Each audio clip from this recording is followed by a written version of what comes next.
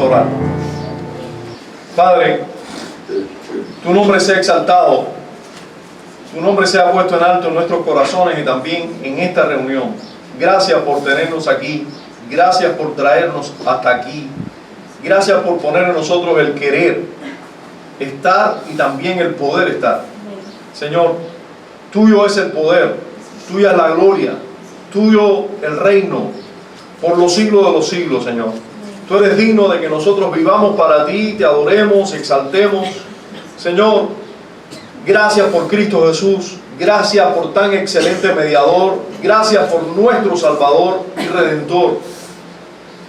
Queremos agradecerte, Señor, el privilegio de tener tiempo para exponernos a tu palabra, a esa que brota para la vida eterna en nuestros corazones, esa que nos puede alimentar el alma, pues no solo de pan vivimos, sino también de toda palabra que sale de tu boca. Gracias por tu palabra y gracias por el privilegio de este día, este primer día de la semana, Señor, en el cual nos podemos consagrar a ti y dedicar tiempo a alimentarnos de la verdad.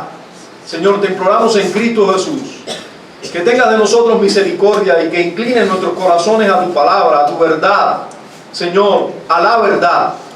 Te imploramos en Cristo Jesús que tu Espíritu obre poderosamente en nosotros para que las palabras aquí predicadas y enseñadas, si son conforme a la verdad, si son conforme a tu palabra, que queden profundamente en nuestros corazones, Señor. Y también prepáranos para desechar toda herejía y todo lo que no provenga de ti. Señor, te imploramos en Cristo Jesús que nos bendiga con tu presencia y que tu Espíritu sea entre nosotros de manera poderosa, Señor, guiándonos, alumbrándonos, despertándonos, avivándonos. Te lo imploramos en Cristo Jesús y damos gracias porque sabemos que vas a hacer mucho más de lo que nosotros te pedimos. Amén. Amén. Bien, hoy vamos a comenzar a estudiar otra sección dentro de este capítulo. O sea, hasta ahora se nos ha presentado al mediador, ¿verdad? Se nos ha presentado la persona del mediador. Y vimos en el último párrafo que estudiamos que esta persona del mediador, Cristo el mediador, es la persona idónea. Pero no solo que es idónea, sino que ha sido ungida por el Espíritu y comisionada por el Padre, que Él no está allí porque lo ha querido, sino porque fue verdaderamente comisionado por el Padre. Ahora, hoy, a partir de hoy, del párrafo 4 y hasta el último párrafo de este capítulo, vamos a comenzar a ver ya no la persona, sino la obra. O sea, cómo Cristo el mediador, que es la persona idónea, que ha sido comisionado y ungido por el Espíritu Santo, vamos a ver que esta persona idónea también, cómo desarrolla el oficio, cómo ejecuta este oficio de mediador. O sea, cómo él lo hace. Y vamos a ver que los autores de la Confesión de Fe nos van a estar detallando ese oficio desde el párrafo 4, esto que ven aquí entre paréntesis son los párrafos, y hasta el párrafo 10. Y vamos a ver como, por ejemplo, hoy nos vamos a dedicar a estudiar la descripción histórica de la ejecución como mediador. Vamos a ver primero su descripción histórica, cómo él ejecuta esa labor de mediador. Vamos a ver también su operación central dentro del oficio de mediador en el capítulo 5. Vamos a ver sus comunicaciones en la antigüedad, cómo eso se comunica en la antigüedad. También su comunión misteriosa, su aplicación eficaz en el párrafo 8, su posesión inalienable en el 9 y por último sus funciones necesarias como mediador. Bien, como les decía, hoy vamos a ver la descripción histórica de la ejecución, fíjense, ya es la obra, de la ejecución del oficio de mediador, la ejecución histórica del oficio de mediador. Anota ahí, Jan y todos los niños, espero que también estén involucrados en el estudio. Vamos a ver primero lo que dicen los autores de la confesión. Como siempre hacemos, primero vemos lo que ellos dicen y luego vamos a las Escrituras a ver lo que la Escritura nos dice, a ver si corresponde con lo que los autores nos dicen. Nosotros estamos delante, hermano, de un estudio bíblico, y ustedes van a ver, nosotros vamos a ver lo que dicen los autores de la confesión, pero luego vamos a dedicar tiempo a ver lo que la Biblia dice. Algunos nos acusan por ahí que nosotros tenemos un libro aparte de la Biblia. Y hermano, nosotros no tenemos un libro aparte de la Biblia.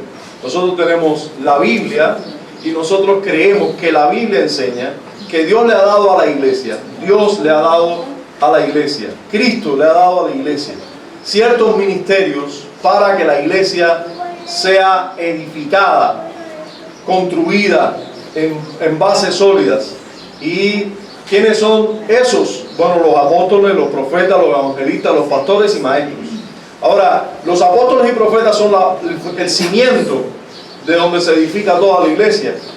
Y los evangelistas contribuyeron al primer crecimiento de la iglesia, pero ahora solo los pastores y maestros quedan. Ahora, los pastores y maestros que nosotros tenemos para la edificación del cuerpo de Cristo no son solo los pastores que ahora tenemos. O sea, René Betancourt no es el único pastor y maestro del cual la iglesia se beneficia, sino todos los pastores y maestros que Dios nos ha dado a través de la historia.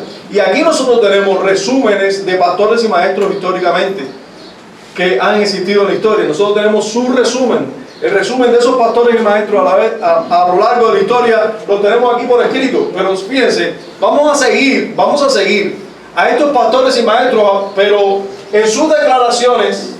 Pero luego vamos a ir a la Biblia para ver si esas declaraciones son correctas. Nosotros no vamos a confiar ciegamente en lo que nos dicen los pastores y maestros del siglo pasado, sino que vamos a revisar a la luz de la Escritura si sus declaraciones son ciertas. Ahora, nosotros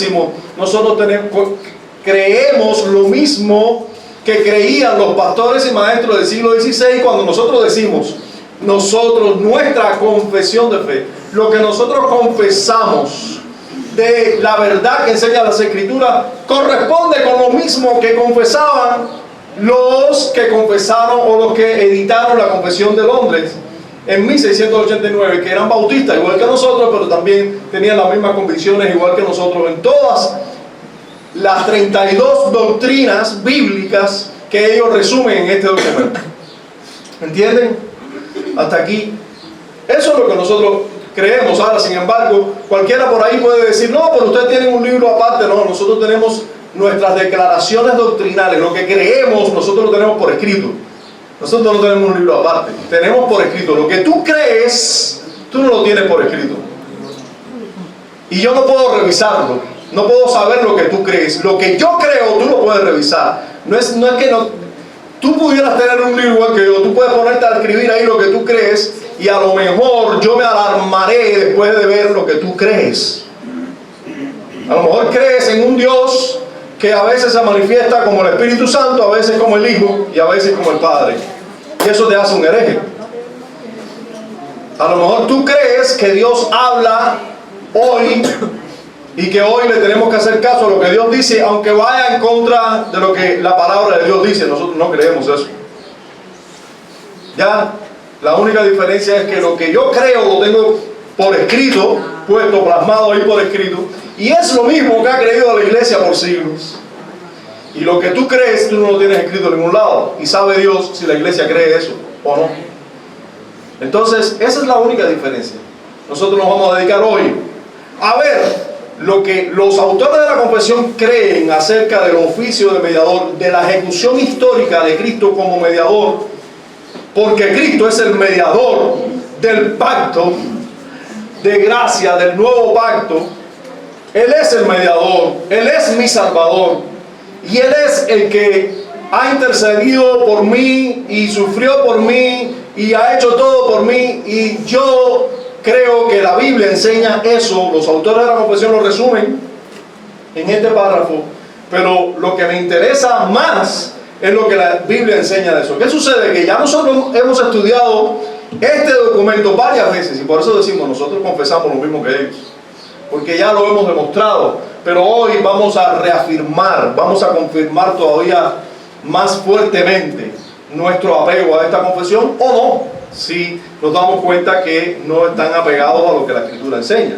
Pero ¿qué dicen los autores de la Confesión de Londres de 1689? Espero que todos aquí vean este párrafo. Por aquí esta chiquitica que está sentada ahí, ¿ve este párrafo? ¿Sí? ¿No lo ve? Bueno, si no lo ve, escucha. O mira, tu mamá tiene la confesión al lado ahí, lo puedes leer ahí en la confesión. Voy a leer el párrafo 4 del capítulo 8. Dice así: este oficio, este párrafo, el capítulo 8, ¿de qué trata?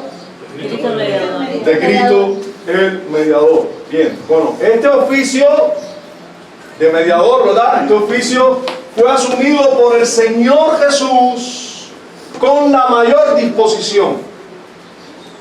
Este oficio fue asumido con la mayor disposición. Y para poder desempeñarlo, nació bajo la ley y la cumplió perfectamente. Y sufrió el castigo que correspondía a nosotros, el cual debíamos haber llevado y sufrido nosotros, ¿verdad? Siendo hecho pecado y maldición, ¿por quién? Por nosotros. Soportando gravísimas penas en su alma y dolorosísimos sufrimientos en su cuerpo. Fue crucificado y murió, y permaneció en el estado de los muertos, pero no vio corrupción. Al tercer día resucitó de entre los muertos, con el mismo cuerpo en que sufrió, con el que también ascendió al cielo. Ahí está sentado a la diestra de su Padre, intercediendo, y regresará para juzgar a los ángeles, a los hombres, disculpen, y a los ángeles en el fin del mundo. Así nos dicen los autores de la confesión de fe. Así los miembros de esta iglesia confesamos también acerca de la ejecución de su oficio como mediador. Pero vamos a ver por parte ahora este párrafo. Lo primero de lo que nos hablan los autores de la confesión es, dentro de la ejecución de su oficio, de lo que él hizo históricamente, lo que él ejecutó, qué tuvo que hacer. Vamos a ver que lo primero que ellos narran en sentido general es su humillación. Primero hablan de todo lo que corresponde a la humillación de Cristo y luego de la exaltación, ¿ya? Pero primero su humillación. Dentro de su humillación se nos dice que este oficio fue asumido por el Señor Jesús con la mayor disposición. Ahora, para poder desempeñarlo, nació bajo la ley.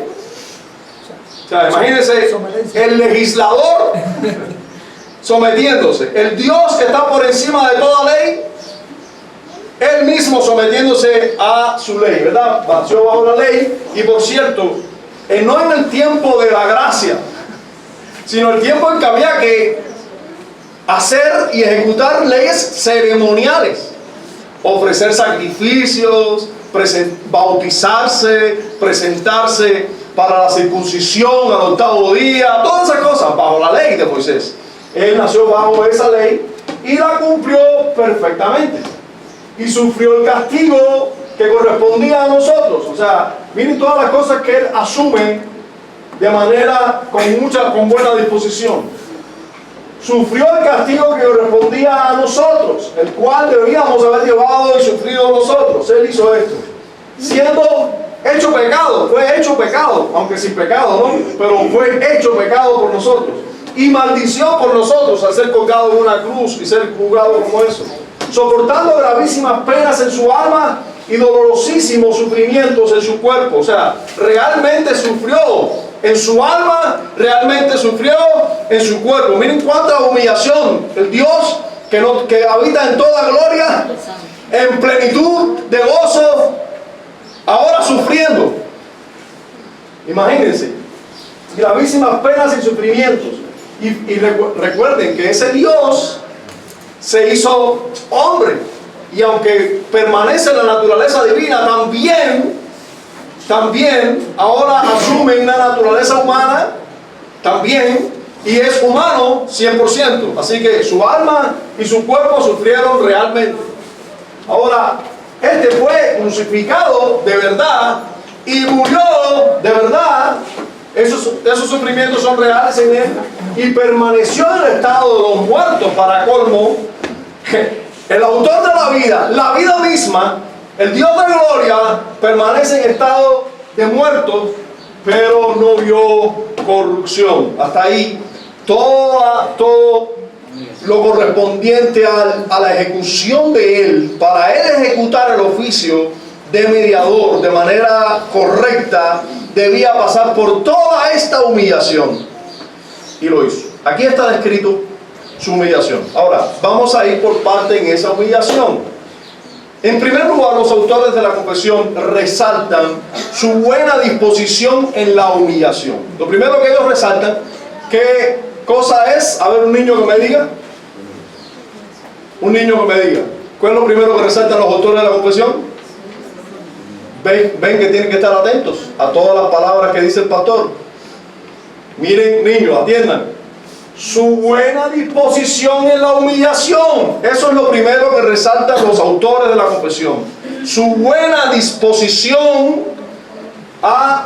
en la humillación. ¿Verdad? Si no se sabe la palabra disposición y humillación, anótenla y pregúntenle a papá y mamá qué quiere decir la palabra disposición y humillación. La buscan en el diccionario. Los que tienen más de 7 años pueden buscarla en el diccionario.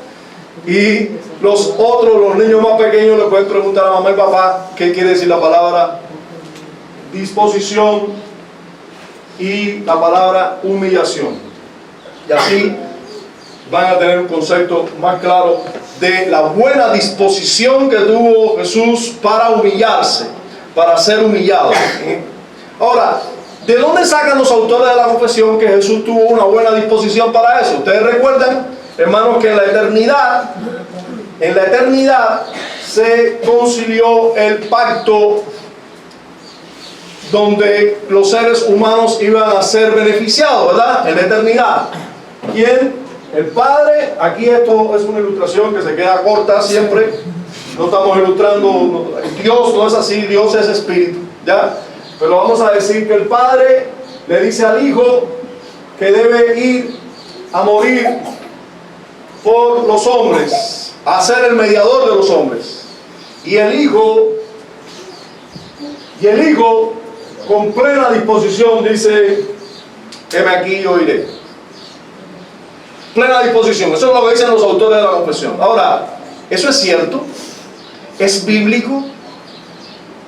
¿Es bíblico que el Hijo eterno dijo: voy a ir y voy a ser el mediador? ¿Es verdad eso? Bueno, tenemos luces en las Escrituras para encontrar esa buena disposición del Hijo a venir a ser el mediador entre Dios y nosotros.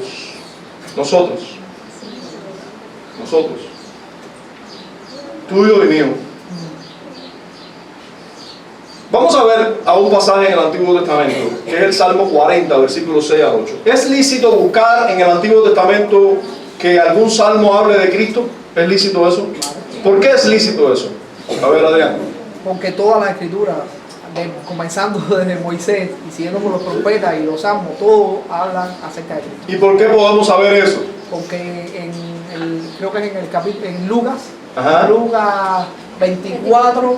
Ajá. 24. No importa los versos, al menos 24. Sí, el Señor se nos narra cuando el Señor resucitó, que iban los discípulos camino a Maús, el Señor se les apareció y les explicó, les tuvo que decir a ellos, porque ellos pensaban que esa persona, porque él los encontró a ellos sufriendo y él le preguntó que qué pasaba. Increíble. Ellos le dicen que si acaso él era el único extranjero que no sabía qué es lo que había pasado. Ajá. Allí, como si él no supiera, ¿no? Pues era él mismo quien había muerto y había resucitado el tercer día. Y entonces ahí él tuvo que coger y explicarle que todo eso que estaba sucediendo ya se hablaba de él, ya la Escritura, comenzando desde Moisés y siguiendo por los profetas, los salmos, todo, le explicaba que todos ellos hablaban del Mesías y todo lo que iba a pasar, todo lo que tenía que suceder con él.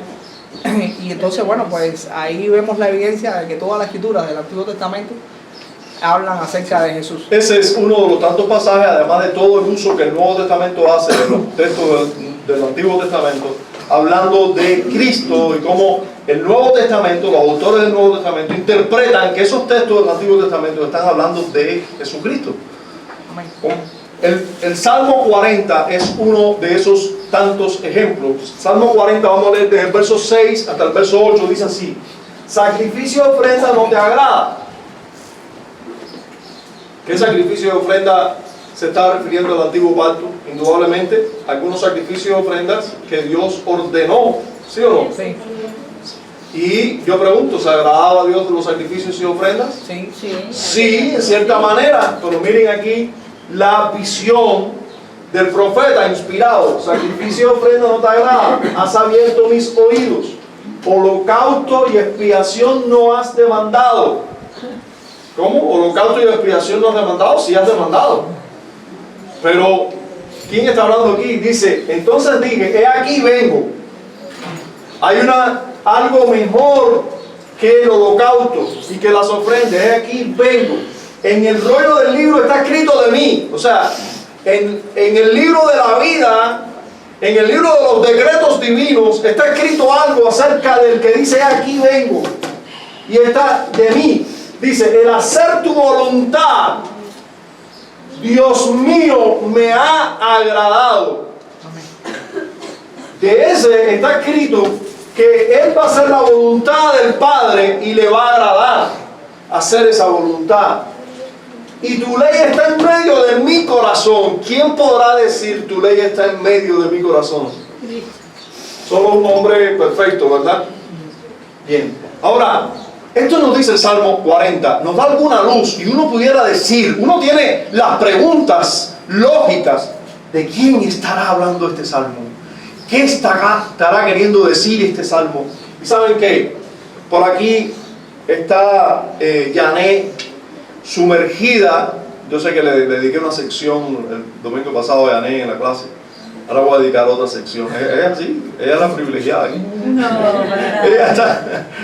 ella está sumergida en, quiere pasar aprender sobre hermenéutica y es importante, muy importante la hermenéutica, porque es cómo la hermenéutica trata con el dilema de cómo interpretar correctamente las escrituras. Fíjense si es importante la hermenéutica, que hay tantas religiones y tantas sectas y tantas que tienen la misma Biblia como su norma de fe y sin embargo difieren. ¿Cuál es la diferencia? La hermenéutica, la interpretación de las escrituras. Ahora, te voy a dar una clave de interpretación muy importante. Te lo van a decir en la 7ª o 8ª conferencia, pero debe ser la primera. Clave: la escritura se interpreta con las escrituras. La escritura se interpreta con las escrituras. Para tú poder interpretar la Biblia, tienes que ir a la Biblia misma y ver cómo sus autores interpretan a otros autores. Como en este caso, como los autores del Nuevo Testamento interpretan el Antiguo Testamento. Y ahora nosotros tenemos el privilegio, con este salmo, tenemos el privilegio de este salmo haber sido interpretado en el Nuevo Testamento. Entonces, ¿no les interesaría saber qué dice el Nuevo Testamento, qué dice cualquier autor inspirado del Nuevo Testamento de este salmo? ¿Me gustaría saber? ¿Sí o no? Yo pensé que estaba aquí solo. Gracias, estoy acompañado. Amén, ¿verdad? Sí, es la respuesta. Entonces, vamos a ver qué dice el Nuevo Testamento de este pasaje. Vamos a Hebreos capítulo 10, versos 5 al 10. Karen, Hebreos 10, versos 5 al 10 nos habla del Salmo 40. Miren lo que dice Hebreos 10. Por lo cual, entrando en el mundo, dice, escuchen esto, por lo cual, entrando en el mundo, dice, sacrificio y ofrenda no quisiste. ¿Les suena eso? ¿Les suena eso? Sacrificio y ofrenda no quisiste. Eso es el Salmo. Mas me preparaste el cuerpo. Eso no es del Salmo, pero puede ser. Sí, hay algo importante que usted debe saber, como yo no. cuando usted se pone a estudiar las Escrituras, a veces cuando están citando el Antiguo Testamento, no lo citan en español como nosotros leemos el Antiguo Testamento en español. Sí, un problema de traducción. O sea, que los autores que están escribiendo en griego están citando del Antiguo Testamento, lo citan en griego, pero nosotros tenemos una traducción. Ellos están citando el Antiguo Testamento, pero lo van a citar en griego. Y nosotros estamos consultando el Antiguo Testamento del hebreo para el español. Pero en el Nuevo Testamento, cuando se cita el Antiguo Testamento, se cita en griego. Y entonces nosotros nos encontramos con la traducción del griego al español. Y ahí están ciertas palabritas, pero lo que van a hacer es ayudarnos.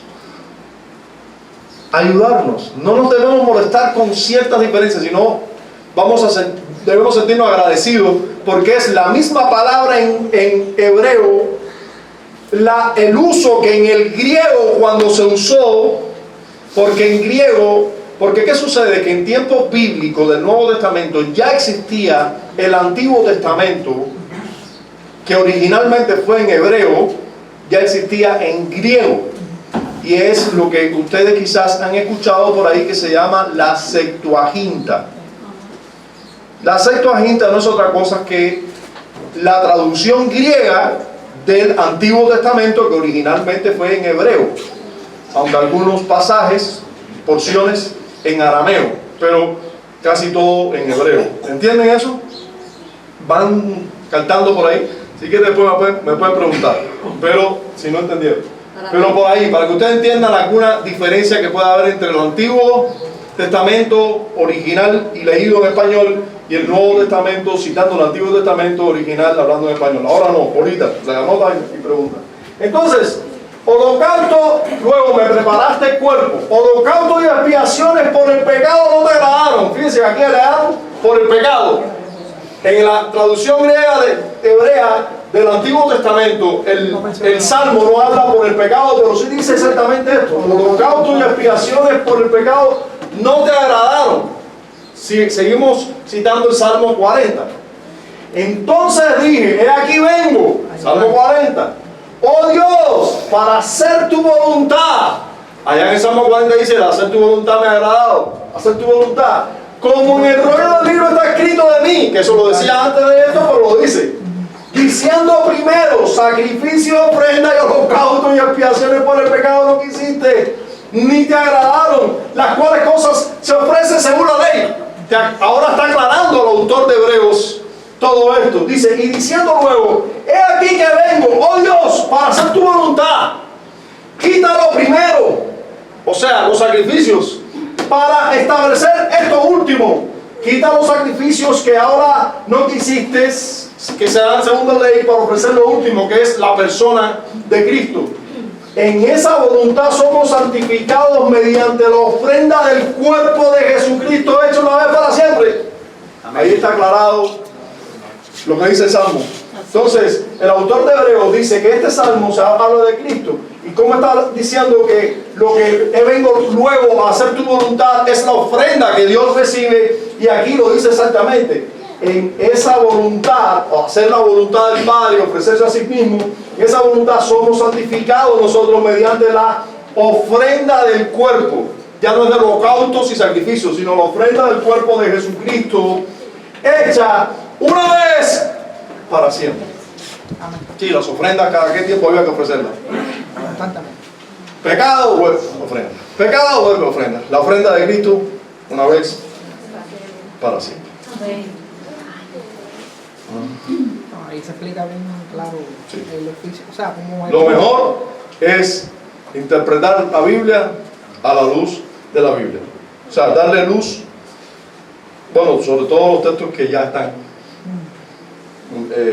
interpretados por la Biblia, pues es muy fácil interpretar. Entonces vemos ahí ese aspecto de la buena disposición de Cristo, ¿verdad?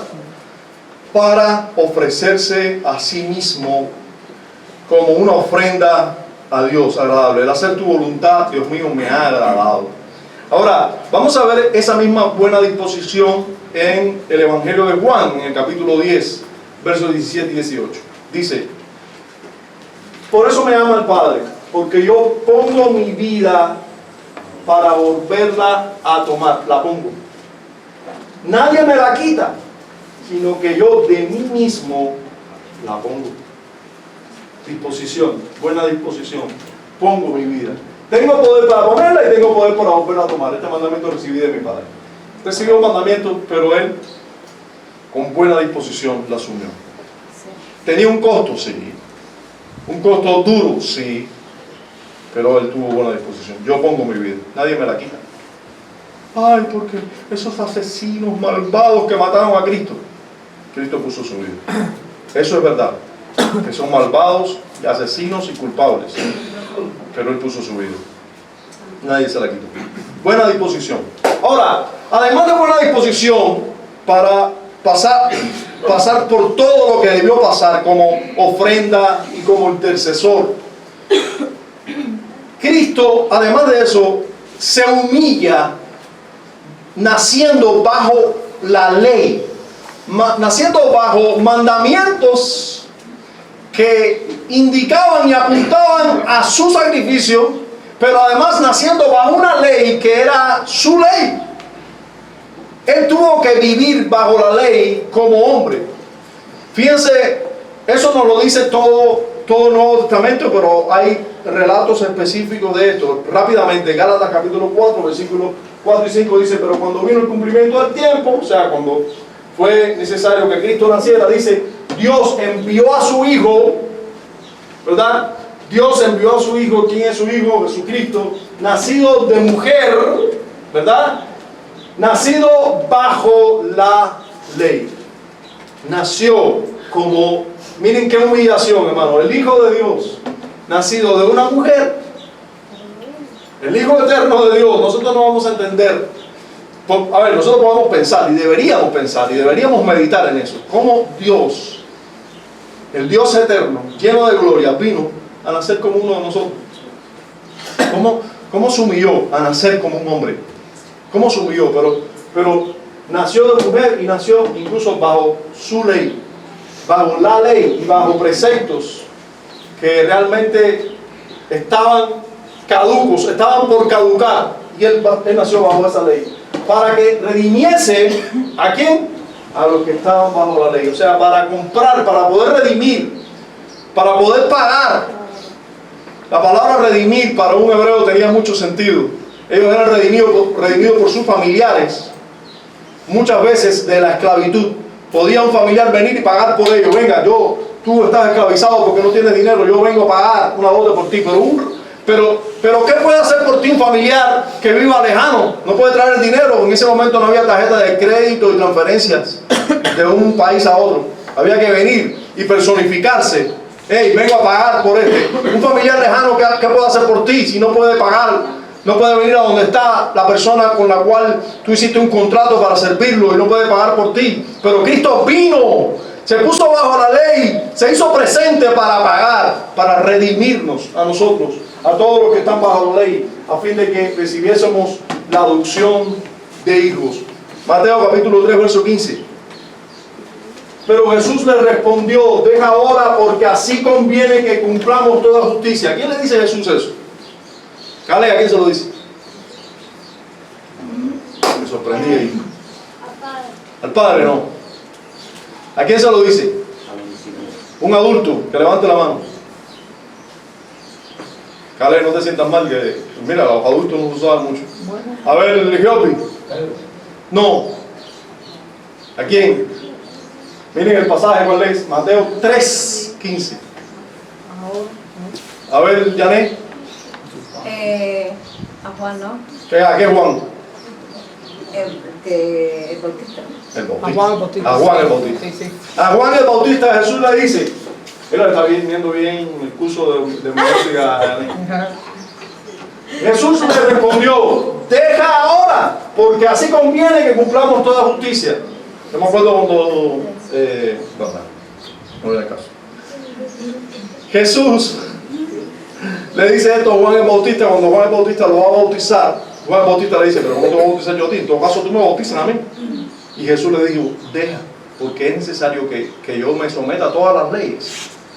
O sea, yo me tengo que bautizar como también mi madre mis padres me tuvieron que llegar al 8º día y circuncidarme y yo crecer con todas las normas. Yo estoy bajo la ley. Así que hay que bautizarse. Yo también debo bautizarme. Estoy bajo la ley, bajo leyes humanas y leyes divinas. Pero leyes que los hombres cumplen. Yo debo cumplir todas las leyes. ¿Entienden eso? Entonces por eso Jesús se bautizó. Ahora, además de esto que es una humillación para el Hijo de Dios, vamos a ver que Él también sufrió castigo que no merecía. Y todo por nosotros.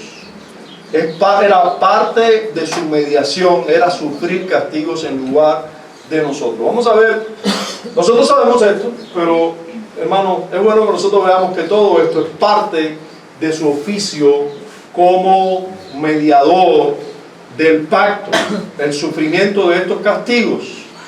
Vamos a ver, le voy a preguntar ahora a qué banquito de ahí de la familia de Marcos. Así que los niños, prepárense. Fíjense lo que dice Gálatas capítulo 3, versículo 13. Cristo nos redimió de la maldición de la ley. Cristo nos redimió de la maldición de la ley. Otra palabra que deben anotar los niños ahí, para que sepan bien su significado de la palabra redimir o redimió. Toda la aplicación, todo lo que las secciones suyas. Redimió. Anótenla, búsquenla en el diccionario y por favor estudien esa palabra en casa. Cristo nos redimió de la maldición de la ley, hecho por nosotros maldición, porque está escrito, maldito todo que es colgado en un madero. Fíjense lo que sufre Cristo, maldición por nosotros. En la misma ley está escrito que todo aquel que es colgado en un madero es maldito. En la misma ley. Y Él sufre por nosotros esa maldición. Fue colgado en un madero por nosotros. Ahora, ¿Cristo tenía por qué sufrir esa maldición? ¿Su justicia lo llevó allí? No, nuestras injusticias lo llevó allí. Él sufre eso en lugar de nosotros. ¿Usted se imagina todo lo horrible o ha pensado, ha meditado alguna vez en todo lo horrible que representa ser crucificado? Toda la humillación que eso indicaba. Eso llevaba a toda una ceremonia de pasar delante de las personas de manera humillante, ser expuesto delante de las personas desnudo, castigado, delante de las personas, una muerte en que todo el mundo está mirando por una culpa horrible. Todas esas humillaciones Él las vivió en lugar de nosotros. Vamos a ver, usted recuerda que Isaías nos habló de esto. En Isaías 53 vamos a leer los versos del 4 al 6. Vamos a leer los versos del 4 al 6. Dice así: ciertamente llevó Él nuestras enfermedades y sufrió nuestros dolores.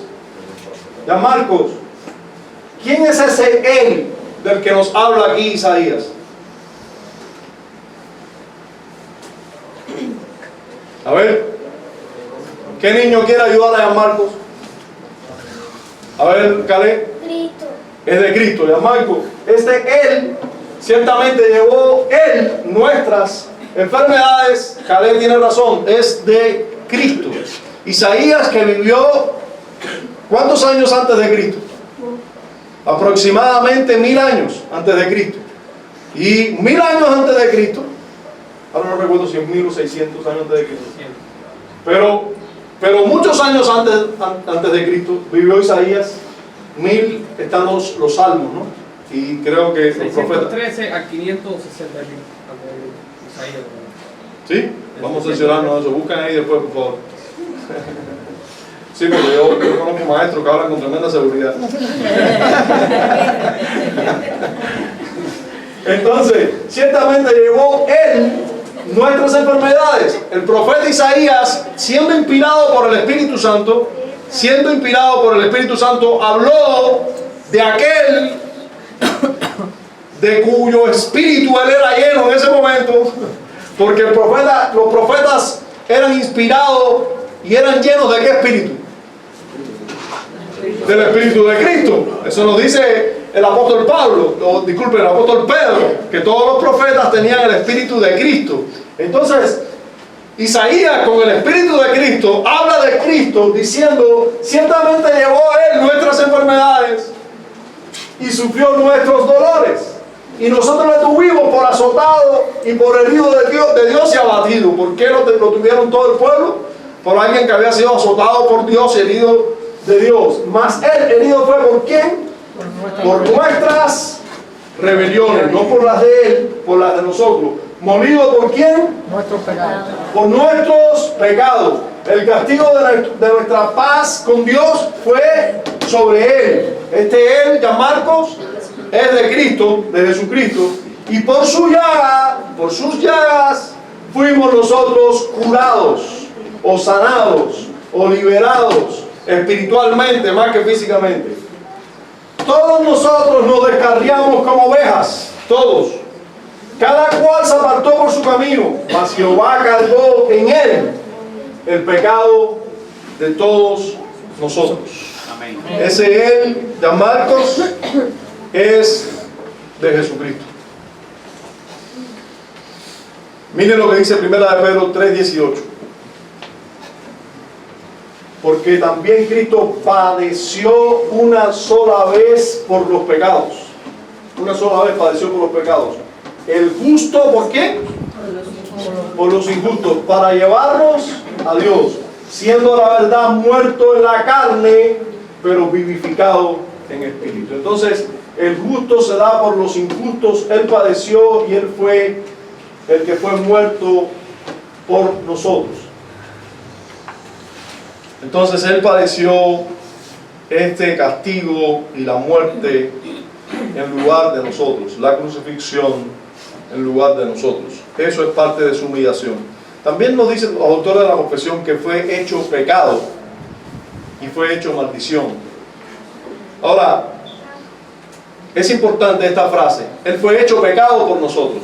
Ahora, ¿pero Cristo pecó? No. ¿Y cómo entonces la Escritura dice que fue hecho, o los autores de la confesión dicen que fue hecho pecado? A ver, uno solo. Ustedes les encanta el coro porque si se equivocan, ustedes tienen que ser como Andrei. Del año 600 al año 500, entonces, punto. ¿Ya rectificaron? Hay que rectificar eso. ¿Ya lo tienes ahí? A ver. Sí, que fue contado con los pecadores. Fue contado como si fuese un pecador, bueno, para eso, para llevar el pecado de todos nosotros que en realidad sí somos pecadores. Entonces, ¿crees tú que fue hecho pecado es que fue contado entre pecadores? Ajá. A ver, Jorge. Yo creo que eso habla de una doble imputación. La doble imputación, o sea, ahí se imputó el pecado nuestro para que nosotros se nos pueda imputar su justicia. Y en esa transacción Dios no negocia con el pecado. Es algo que ocurre sin afectar la santidad de Dios. Exacto. O sea, el hecho de que Cristo fue hecho pecado no quiere decir que Él pecó, pero sí que llevó el pecado que no era de Él. En ese sentido, Él fue hecho pecado. ¿Iba a decir algo, mamá? El que no conoció pecado, pues nosotros se hizo pecado, haciéndose obediente hasta la muerte y muerte de todos. Así mismo, el que no conoció pecado, por nosotros se hizo pecado. O sea, fíjense cómo en un mismo texto encontramos que Él no era un pecador, sin embargo, Él llevó nuestros pecados, cargó nuestros pecados sin que fueran pecados suyos, pero sí se hizo pecado. Hay un texto que es 2 Corintios 5:21 que nos lo dice así: al que no conoció pecado, por nosotros lo hizo pecado para que nosotros fuésemos hechos justicia de Dios en él. Este pasaje es muy interesante. Este es otro libro que tenemos deuda con él, que es 2 Corintios. Así que ya ustedes saben, ya vayan decidiendo la iglesia ahí entre Colosenses y 2 Corintios. Son libros que no hemos visto en el Nuevo Testamento. Bueno, todo el Antiguo Testamento lo tenemos de deuda. Pero bueno, tenemos 2 Corintios y tenemos, porque es muy interesante, porque este pasaje está en el contexto de la reconciliación, de que Dios nos llama a ser reconciliadores con Dios y que nosotros, los predicadores, vienen a ser de aquellos que vienen a hacer la función de reconciliar al mundo con Dios. Cristo ya hizo pecado por nosotros y lo hizo para que nosotros fuésemos hechos justicia de Dios en Él. Así, haciendo la justicia de Dios en Él, es que somos reconciliados con Dios. Entonces, Cristo Dios lo hizo pecado, pero es importante que nosotros hagamos la separación en que Él no conoció pecado, sin embargo, llevó nuestros pecados. Habla de imputación más que de que Él era un pecador. Entonces, fue hecho pecado por nosotros, o sea, como si Él viviera con pecado. Se le trató como si tuviera pecado. De hecho, piensen por un momento en que Cristo murió, y lo vamos a ver ahora. Él soportó aflicciones en cuerpo y alma típicos de un pecador, sin ser pecador. Él murió. ¿Y quiénes mueren? La muerte como consecuencia de qué viene? Del pecado. ¿Y cómo Cristo va a morir si es sin pecado? Porque Él llevaba nuestros pecados. Ahora, vamos a llegar hasta ahí. Muy interesante siempre hablar de la persona de Cristo y de su obra. Vamos a ver que además de que fue hecho pecado y fue hecho maldición por nosotros, vamos a ver que también Él soporta la humillación de sufrimientos reales en alma y cuerpo, sufrimientos que solo puede pasar un mundo en pecado, un mundo bajo la maldición del pecado. Solo ese mundo puede pasar por sufrimientos y dolores. Hermanos, nosotros tenemos que saber eso. La vida bienaventurada de Dios es como sin lágrimas, sin llanto, sin dolor. Entonces, padecer llanto, padecer dolor, padecer aflicción en cuerpo y alma es típico de una vida o de una naturaleza donde hay pecado. Cristo padeció esto sin tener pecado, como si fuera un pecador. Miren ustedes cómo Él soporta aflicciones tanto en el alma como en el cuerpo. Mateo capítulo 26 se nos narra esto. Y tomando a Pedro y a los 2 hijos de Zebedeo, comenzó a entristecerse. Esa tristeza es típica de un ser caído. Él padece, se entristece y se angustia en gran manera. Y entonces Jesús les dijo: mi alma está muy triste hasta la muerte. Quedaos aquí y vivirá conmigo. Él estaba a punto de padecer sufrimientos que no merecía. Y se hizo hombre en todo sentido. Y siendo hombre en todo sentido, bajo una condición de hombre, padeció tristeza, angustia. Entonces, esto es típico de seres caídos. Lucas capítulo 22, versos 44 y 45, o de seres humanos débiles. Déjenme rectificar eso, de seres humanos y débiles. Lucas 22, versículos 44 y 45, miren cómo dice: y estando en agonía, oraba más intensamente, y era su sudor como grandes gotas de sangre que caían hasta la tierra. Cuando se levantó de la oración y vino a sus discípulos, los halló durmiendo a causa de la tristeza. ¿Ven la condición? Una condición humana real, una condición humana típica de esta naturaleza, con tristeza, con angustia, con agonía. Un ser humano real tenemos delante de nosotros, y todas esas penas las tuvo que sufrir. Tuvo que ser un ser humano real y sufrir penas reales de un ser humano. Eso lo hizo Cristo por nosotros, para ser un verdadero sumo sacerdote, para representarnos verdaderamente. Tuvo que hacerse humano realmente. No se crean que Él era Dios y todo era fingiéndolo. Ajá. No se crean que él era Dios, él estaba ahí fingiendo que estaba en agonía. No, él estaba en agonía realmente. Se hizo hombre realmente. Mateo 27:46. Cerca de la hora novena, Jesús clamó a gran voz, diciendo: Elí, Elí, lama sabactani. Esto es: Dios mío, ¿por qué me has desamparado? ¿Usted se imagina? ¿Usted se imagina Dios desamparando a Dios? ¿Usted se imagina? ¿Quién está hablando aquí categóricamente? Pero no podemos separar el hombre del Dios. Jamás. Sin embargo, eso sucedió. Sin embargo, hay una percepción humana de abandono de Dios sin dejar de ser Dios, porque, fíjense, indudablemente Jesús aquí está siendo tratado por Dios como un hombre muriendo, porque esto es en la muerte, eso ahí en la crucifixión, antes de expirar, ¿verdad? Ahí en la cruz.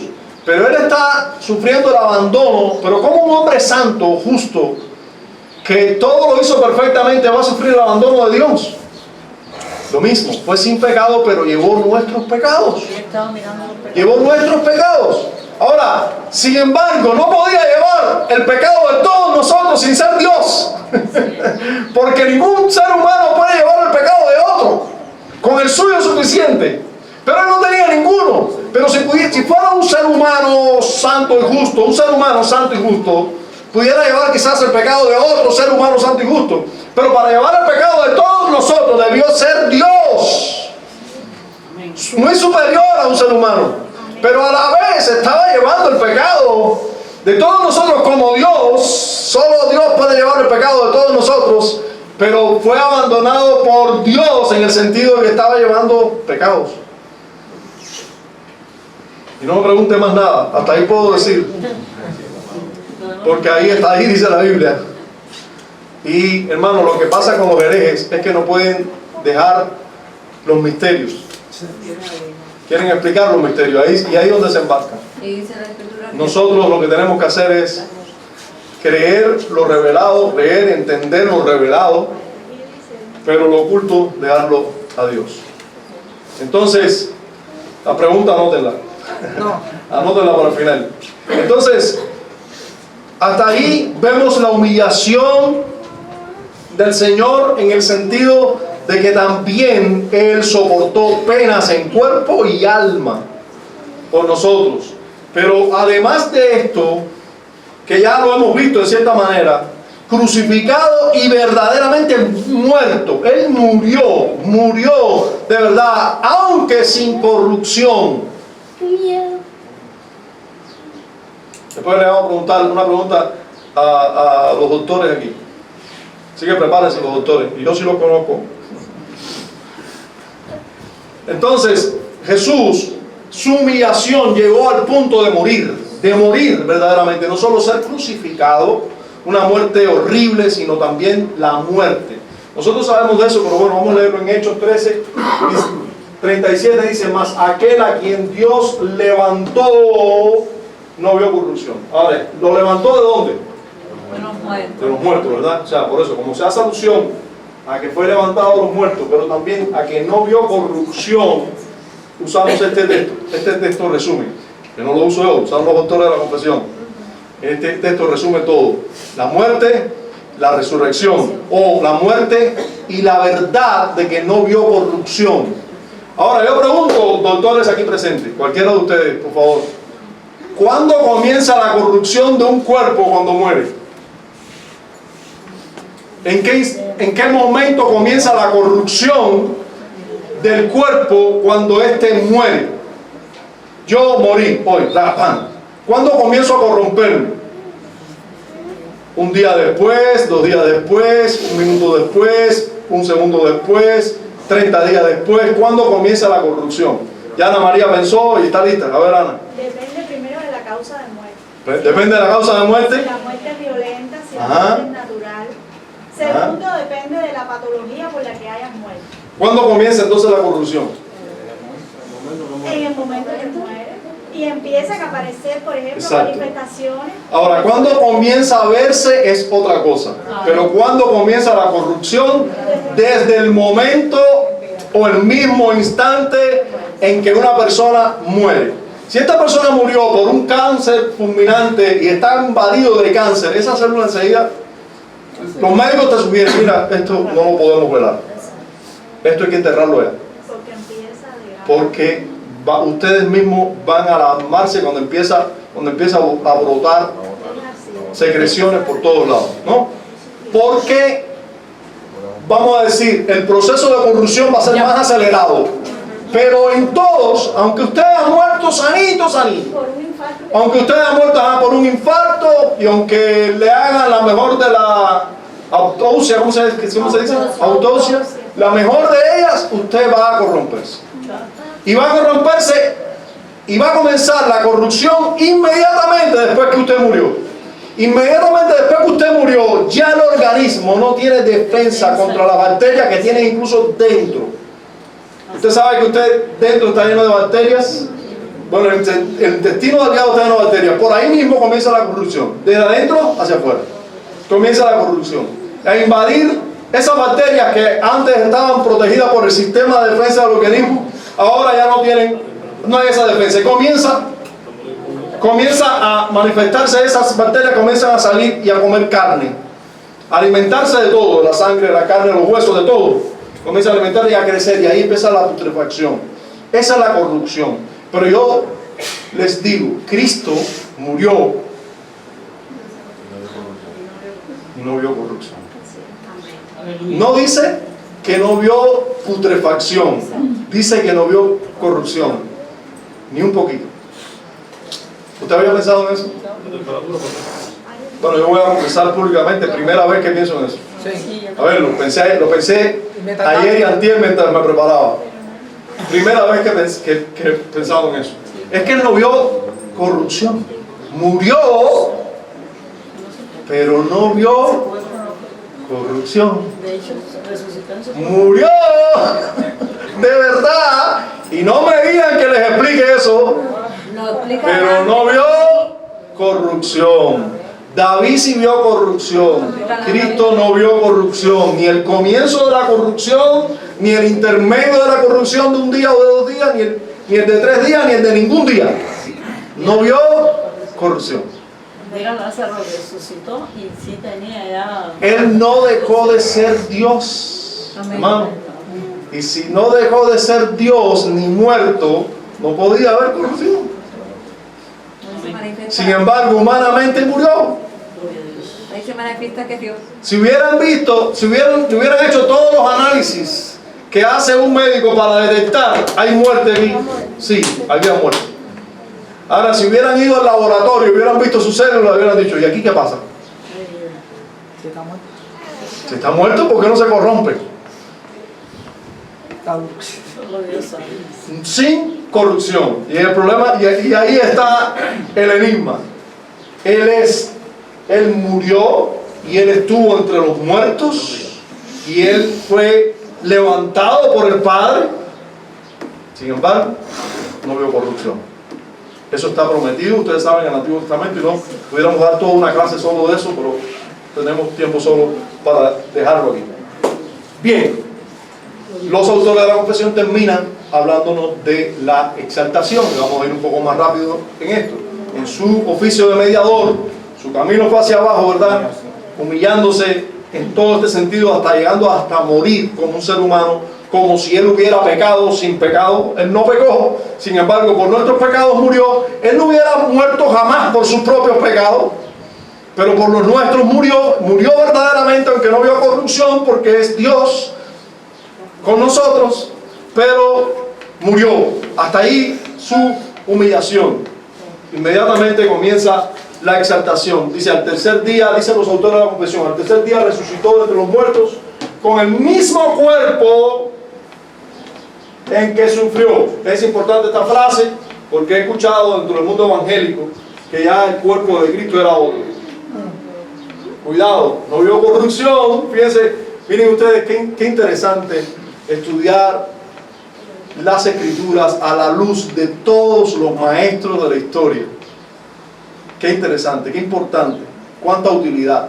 Fíjense, no ve corrupción, resucita con el mismo cuerpo. Claro que tiene que resucitar con el mismo cuerpo. Pero ahí hay una cantidad de predicadores contemporáneos diciendo, no, él tenía otro cuerpo, porque mira las cualidades. Bueno, las cualidades nos hablan de otra cosa, pero no de otro cuerpo. Porque era el mismo cuerpo. Y nosotros vamos a ver ahora aquí, esa idea del mismo cuerpo viene desde los padres, pero también de la iglesia, pero también se mantuvo en la historia del cristianismo, de la ortodoxia, y como aquí se resalta. Al tercer día resucitó entre los muertos con el mismo cuerpo en que sufrió.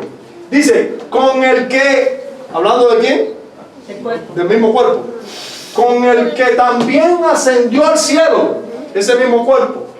Y ahí está sentado a la diestra de su Padre, intercediendo con ese mismo cuerpo. Y regresará para juzgar a los hombres y a los ángeles en el fin del mundo, con ese mismo cuerpo. Nuestro mediador. Esto recuerdo que esta verdad increíble, yo era pastor por no sé cuántos años, y esa verdad yo no la había analizado.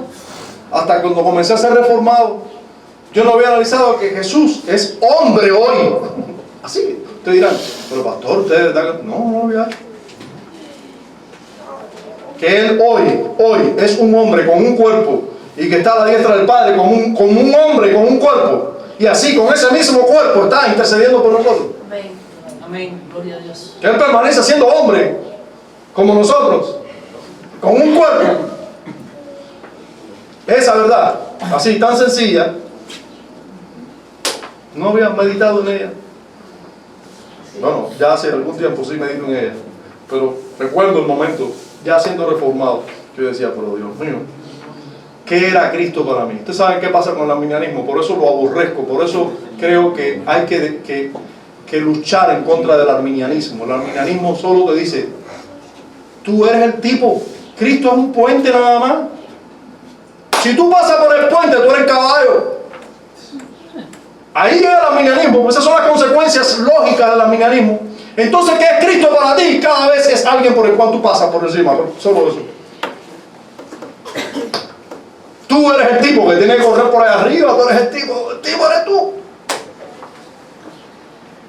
Y te hacen subvalorar a Jesucristo. No amas a Cristo como debes amarle. No meditas en Él como debes meditar en Él. Él es el mediador, Él es el Salvador, Él es quien nos redime, Él es quien padeció por nosotros y quien también fue exaltado por nosotros, para bien de nosotros. Hermanos, Él resucitó, rápido, Él resucitó. Juan 20, 25, 27, le dijeron pues los otros discípulos, al Señor hemos visto. ¿A quién le dijeron esto? ¿Qué niño me puede decir? José, ¿sabes? Cristian Omar. ¿Qué discípulo le dijo a qué otro discípulo? Son los discípulos hablando entre ellos aquí. Pero ¿a quién se le dijo? Miren, le dijeron pues los otros discípulos. Al Señor hemos visto. ¿A quién le dijeron? No leas más, no leas más. A ver, Caleb. A Tomás.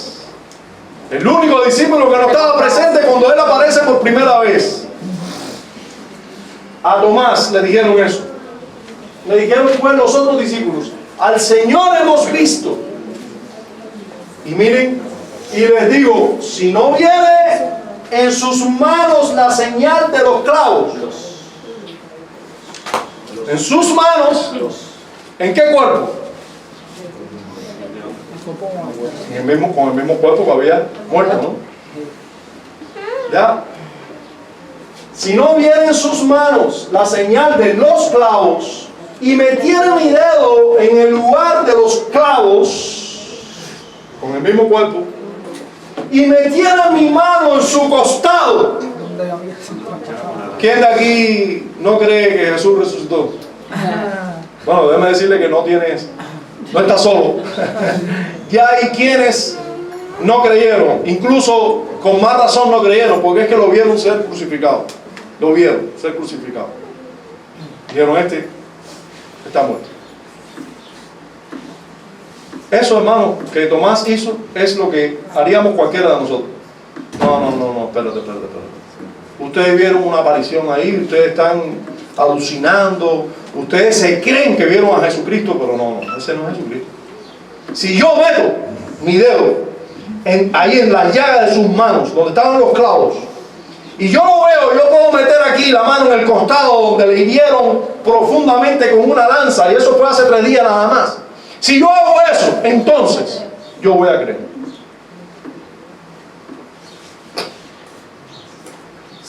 No creeré si no hago eso. Luego dijo Tomás, o sea, aparece el verso 37 ahora, verso 27, disculpen, ahora se apareció Jesús entre ellos nuevamente con Tomás presente. ¿Qué día fue? El primer día de la semana. 8 días después dice, o sea, el primer día de la semana también. Dice, luego dijo Tomás, ¿vieron de dónde Calé sacó lo de Tomás? De aquí. Tomás, pon aquí tu dedo. Tomás, ¿qué le enseñó Jesús? Mano, ¿verdad? Pon aquí tu dedo y mira mis manos. Y acerca tu mano y métela en mi costado. Y no seas incrédulo. ¿Vieron, niños? No sean incrédulos, sino creen. Entonces Jesús resucitó. Amén. Después de eso Jesús dijo, mi Señor y mi Dios. Tomás dijo eso, mi Señor y mi Dios. Creyó Tomás. Lo que vio. Sí, bienaventurados los que no vieron y creyeron. Pero Jesús no solo con ese cuerpo, no solo resucitó con el mismo cuerpo, sin ver corrupción, sino que también ascendió. No solo resucitó, sino que con ese mismo cuerpo se le apareció a los discípulos una y otra vez, así durante 40 días, y luego ascendió. Dice en Marcos capítulo 16, versículo 19, y el Señor, después que les habló, fue recibido arriba en el cielo. Estaba aquí primero hablando y después fue recibido arriba en el cielo y se sentó a la diestra de Dios. Así mismo, miren lo que dice Romanos 8:34.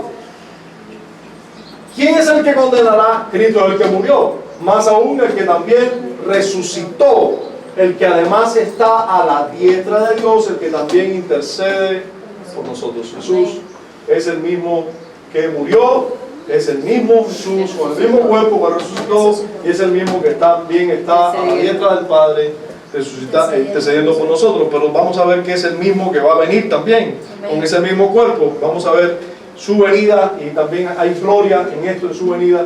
Y en Hechos 1:11 se nos dice, los cuales también le dijeron, varones Galileos, ¿por qué estáis mirando al cielo? Recuerden, esta es la narración en Hechos de la ascensión de Jesús. Cuando Él asciende, dice que inmediatamente aparecen 2 ángeles, 2 seres vestidos de blanco, etcétera, y le dice, varones Galileos, le dice a los discípulos que ahí estaban, que eran como 500, ¿por qué están mirando al cielo? Este mismo Jesús, o sea, con el mismo cuerpo, este mismo Jesús, que ha sido tomado de vosotros al cielo, así vendrá como la habéis visto ir al cielo. Yo pregunto, ¿qué vieron ir al cielo? ¿A un hombre, sí o no? 100% hombre, sí o no? 100% Dios. Y Dios también. 100% Dios también, pero vieron un hombre que estaba hablando con ellos, que luego le enseñó y lo vieron ir al cielo. A este mismo verán venir. Nosotros en nuestro ejercicio matutino, mi hija y yo, los pocos días de la semana que fuimos, vimos una señal en los cielos, nada. Vimos como parte del frente frío o algo así, era como una nube espesa. Ay, qué lindo. A lo largo así del cielo, que venía como del norte así, pero era como una capa de nube espesa, se veía extendida para allá, y para acá estaba claro, limpio de nube, y para allá una capa así de nube espesa. Y mi hija me decía, es como cuando el Señor venga en las nubes, así se va a ver. Ahora, quizás nosotros nos imaginamos que en la venida del Señor va a aparecer un ser, un Jesús inmenso. Hermano, ¿cómo va a venir? Toma, Hombre. ¿cómo se fue? No sé si 1,60, no sé si 1,70, 1,80, no sé si 2 metros de alto, no sé. Pero un hombre. Es glorioso saber que Él es un hombre. Hechos 10:42. Bueno, todo era, dicen los carismáticos, es por la televisión, internet. No sabemos. Hechos 10:42 dice: y nos mandó que predicásemos al pueblo y testificásemos que Él es el que Dios ha puesto por juez de vivos y muertos. El mismo que viene, que ascendió y que viene, va a venir a juzgar. Él juzgará a los vivos y a los muertos. Hermano, tenemos un bendito mediador. Él no solo ha sido comisionado, tiene todas las condiciones, es único, ha sido comisionado para esta tarea, sino que Él cumplió esta tarea. En la historia la cumplió perfectamente y está por cumplirse algunas cosas, como su venida. Pero eso, ténganlo por seguro, va a ocurrir. Spurgeon dijo en cierto momento, el predicador Charles Spurgeon dijo en cierto momento: si viviéramos según nuestros privilegios, los privilegios de estar en Cristo, de haber sido todos nuestros pecados llevados por Él, de meditar en los privilegios de que Él está intercediendo por nosotros, de meditar en los privilegios de que Él vendrá por nosotros. Si nosotros meditáramos, si nosotros viviéramos según esos privilegios, dijo Spurgeon, viviríamos para Dios tan claramente y tan distintamente que los hombres verían que somos apartados para el santo servicio. Amén. Padre, gracias damos en Cristo Jesús. Gracias por tu verdad, gracias por la verdad de nuestro mediador, gracias por la verdad de tan único, sublime, perfecto mediador. Gracias por su obra, gracias por su humillación, gracias por su exaltación. Gracias por tan excelente, perfecto, completo mediador del pacto en el cual muchos somos y serán beneficiados. En Cristo damos gracias. Amén. Amén.